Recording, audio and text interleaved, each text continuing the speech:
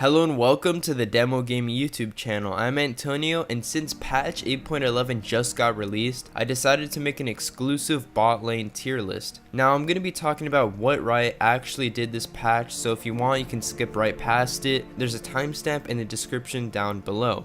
So in this patch we saw a bunch of things change, like the marksman base stat change. Basically they nerfed sustain in the early game so trades hurt more, meaning they lowered health regen and nerfed fleet of footwork. They also nerfed base attack damage by 4 and made their scaling stronger in the mid to late game. This means that your support will have a lot more of an impact, whether it's a melee support that can't be poked as much by an enemy ADC, or you have a poking support that will apply loads of pressure. They changed Infinity Edge by removing crit and increasing the price by 300 gold. They also changed the build path, so you need 2 BF swords, which makes it a lot harder to actually build this item. This item goes really well with other crit items and is great against tanks because of the new unique passive that changes 15% of critical strike damage to true damage, meaning that you can do more damage to tanks. They also changed Essence Reaver by lowering the cost by 200 gold and adding 2 unique passives. The first one restores 1% of missing mana from basic attacks, and the second one gives you Essence Flare for 8 seconds after you cast your ultimate, auto within 10 seconds, granting 30% attack speed and causing basic attacks to refund 20% of your remaining non-ultimate cooldowns, which means marksmen that are ability reliant get much stronger from this item, so like Lucian. Lord Dominic's Regards and Mortal Reminder got changed by lowering the attack damage from 50 to 40 on both items,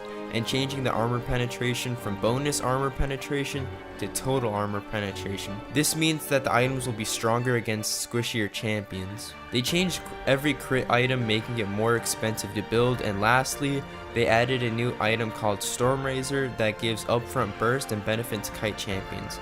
It gives 30% attack speed and 70 attack damage.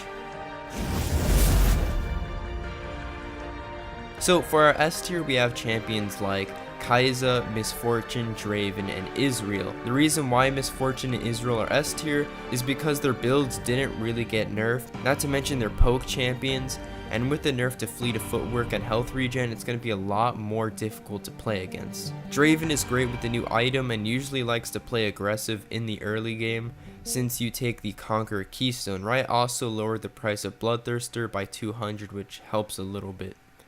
Kai'Sa did get hotfixed because of how strong she actually was, but don't worry, she still is S tier, and since she rushes Rageblade, she's a lot stronger in the early to mid game compared to the ADCs who have to build crit. For our A tier we have Lucian, Jhin, Jinx, Xayah, and Twitch. Lucian is really strong with the Essence Reaver rework and is pretty strong in the early game. Jhin, Jinx, Xayah, and Twitch rush Stormrazor, so the crit nerfs don't really affect them in the early game. Jhin and Lucian are also great paired with heavy poke supports like Zyra. So let's talk about the S tier for supports. So I chose champions that have good engages and can play pretty aggressive in the early game or protect their ADCs from those aggressive plays. So the S tier is Morgana, Nami, Rockin, and Janna. Morgana and Nami are currently the most painful champions to play against. If you get hit with a Morgana stun, you'll take a lot of damage, and in the mid to late game you'll probably die. Not to mention she can push waves really fast with you and give you a black shield, which can help you if an enemy tries to CC you. Nami is also similar. If she hits that bubble, you're gonna take a lot of poke.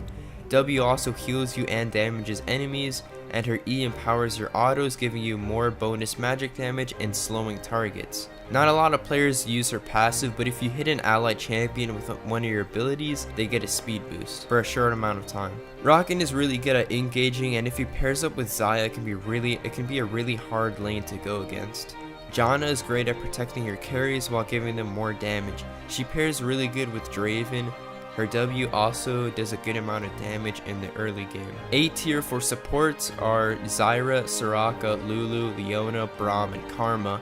Zyra and Karma are great at poking, Zyra, I would say, is better at poking in the early game since they just buffed her by increasing her E root's duration. Karma, on the other hand, can give you shields and speed boost, which is more useful against assassins in the late game, while Zyra's immobility really hurts her late game. But she does make up for it in damage. It can just be really hard to play. Soraka and Lulu protect their carries.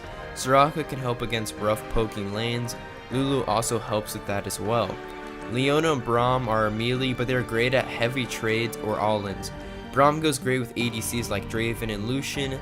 Leona is great with champions like Kai'Sa, Jinx, Draven, and Misfortune. So that's it for this tier list. Hopefully you guys enjoyed. Please make sure to subscribe, like, and comment for more videos. And yeah, I'll see you guys later.